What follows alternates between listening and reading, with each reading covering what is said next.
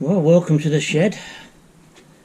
Today's activity is spray painting. I'm only going to show you a little bit of it because I'm not really a spray painter. I'm really a very amateur and I'm learning as I go. So I can't give you an educational one on it because I'm being educated as I go. I have been using a really cheap gun just for frames and other things. I have tried larger surfaces of it, but it doesn't give a very good finish. And as I'm going to do a motorcycle tank, it needs to be really good, or you'll just notice it. So today I'm just doing some etch primer and maybe some more paint on top of one of the frames I'm doing.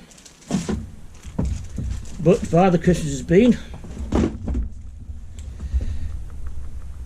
and I've got a new gun.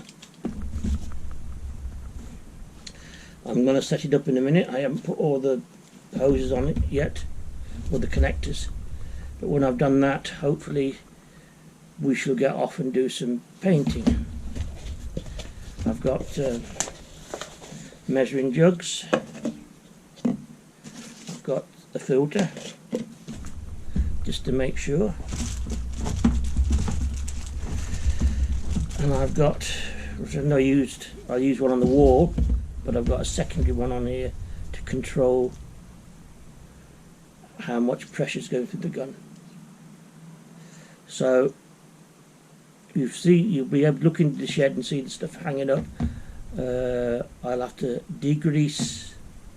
I'll have to blow them off first to get rid of dust, then degrease, and then I'll get ready to actually paint them.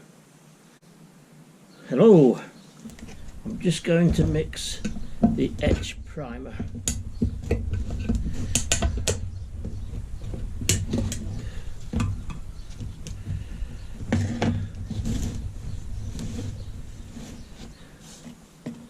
I've got the measuring jug, it's a 1-to-1 mixture. So I'm going to pour 250 in. Because I'm brilliant at spilling things, I should immediately put the lid on before I spill it. Now here's activated thinner.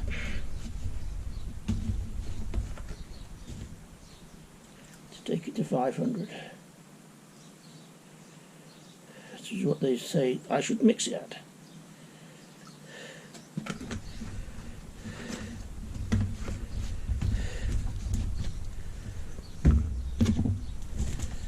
My stirring skit and give it a really good stir.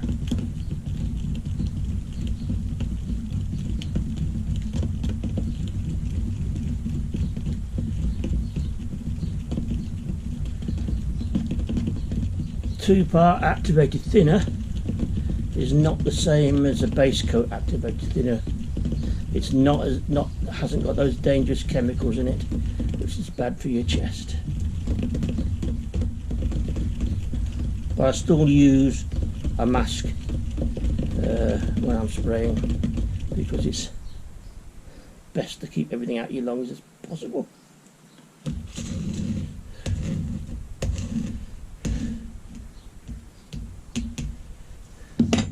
It's mixed. Now I've got this wonderful gadget that holds the gun, holds the filter, because if you don't filter it,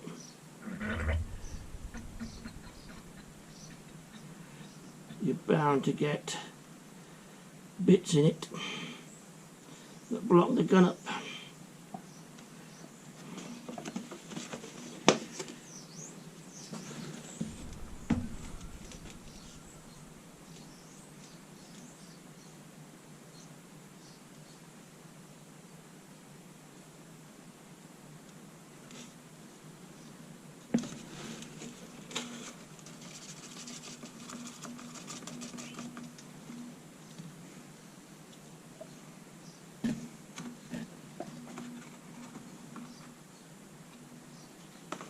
empty.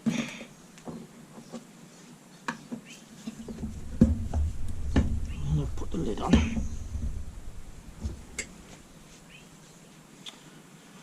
So now we should take our mask and the spray gun and go into the garage. You can see here I'm going to use some pre-wipe degreaser. I've already run an air hose over the frame that I'm going to paint now to remove the dust, so I'm going to wipe over the degreaser before we start spraying. Well, we're back into the garage. Paint guns here, masks here. We're going to give these three objects a bit of a coat of etch primer.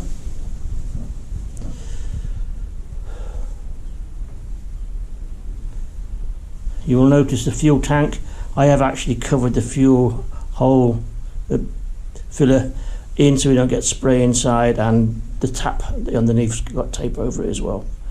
And a little tip I picked up is that if you go around the outside of the fuel filler and tape that over, and then when the paint's finished you run something like JB Weld epoxy over the joint between the paint and the tank, that stops petrol getting underneath the paint and then ruining the paint surface. It's something that I've seen 2 or 3 places say to do, so that's what I'm going to do this one. Especially now as our fuel that we have tends to actually be extremely bad for paint and plastics. Right, we'll start. I'll have to put the camera away because I'll end up painting it, which is never a good thing. So we'll see you after we've done some painting.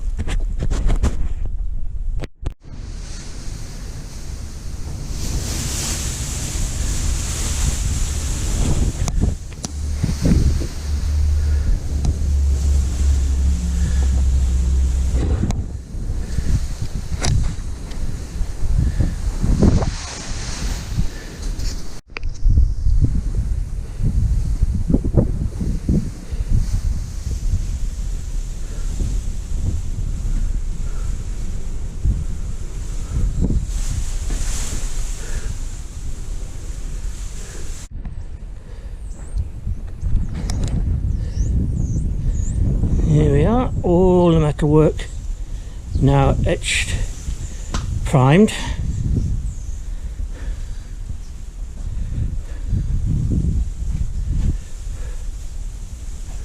Footrests, engine mounting plates, front frame, and the only thing I forgot was the forelegs, which I'll have to do tomorrow. Now I can't do any more spraying on these for at least 24 hours, if not 48 hours, because according to the information it only starts etching when the paint dries, and if you coat it too quickly, that's when you get most of the problems. So we'll just leave it for a couple of days or so, and then we'll put the next coat on.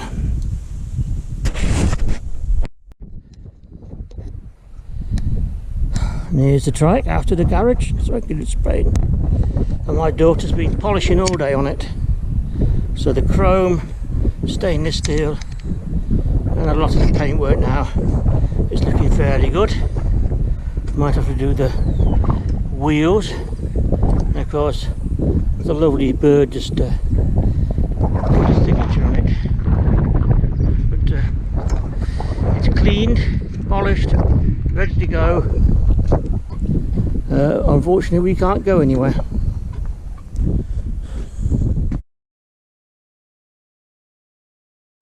It's the end of the day, coming up to 7 o'clock.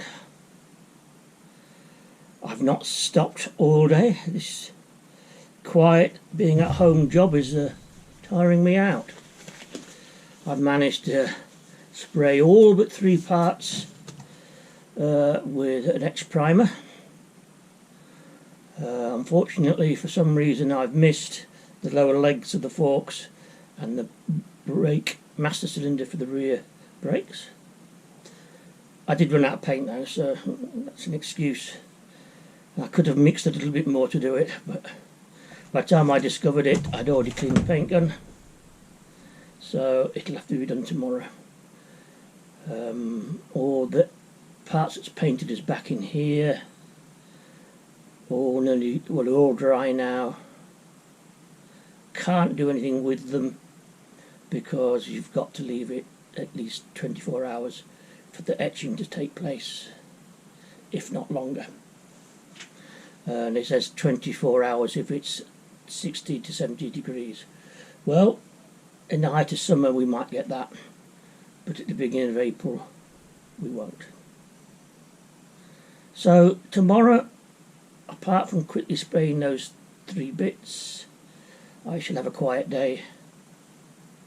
I think I shall go and do my beehives, which is about half a mile away across the fields. You can see it if you look out the back of the shed. You can't see the beehives, of course, unless you've got good eyesight, but the farm. And I'll have a day off. He says, hopefully. But we shall see. I've said that since we've had this social isolation business with the flu business, and I haven't had a day off yet. I haven't left the house since for 13 days. Well, house and gardens, so. But I'm not going stir crazy because I'm just too busy. So, wherever you are and whatever you do, God bless. Enjoy the evening, and we'll see you next time.